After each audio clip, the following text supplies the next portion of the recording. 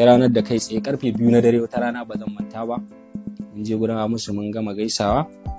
mun gaisa tun karfe 8 muka je 9, 10 har 12 karfe 1 karfe 2 sai muka ce to ai bari mu kwana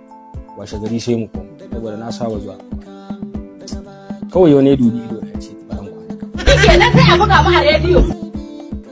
Abin ya mun bambara kai duba da kawai kai tsaye zo mu wani nan za ku kwana na ce nan za ba za ku kwana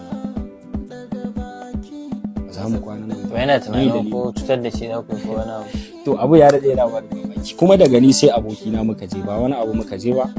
amma aka ce ba za mu kwana. Wannan maganar tana ɗaya daga cikin da yasa aka daina gani na jikin Hamisu, sannan kuma za a ga na ɗan ja baya da waƙoƙinsa ba wai dan bana son sa. Duk mutumin da kamar a ce cin fuska ka gani jilaki ina da iyaye sannan ina da family, duk mun lalacewa mutum ba zai zo guna yau da kullun yana zuwa masoyina ne balantana a ce ba wai ko ana haɗa kai da shi ne a ci amana na kai tsaye in dube shi in ce mai yana shi ba musu bai san an yi wannan ba amma na san da cewa an ba shi labari saboda abin ya faru kowa bai ji daɗi ba wa'insu da dama ba sun nuna rashin jin daɗin su akan ba zai ba abin nan ya daɗe yana ba so san magare za a ga na daina zuwa gonsa ko mun daina wasu abubuwa to saboda wannan abin ne gaskiya saboda ni na ɗauki kaina da muhimmanci kuma na san darajar kai.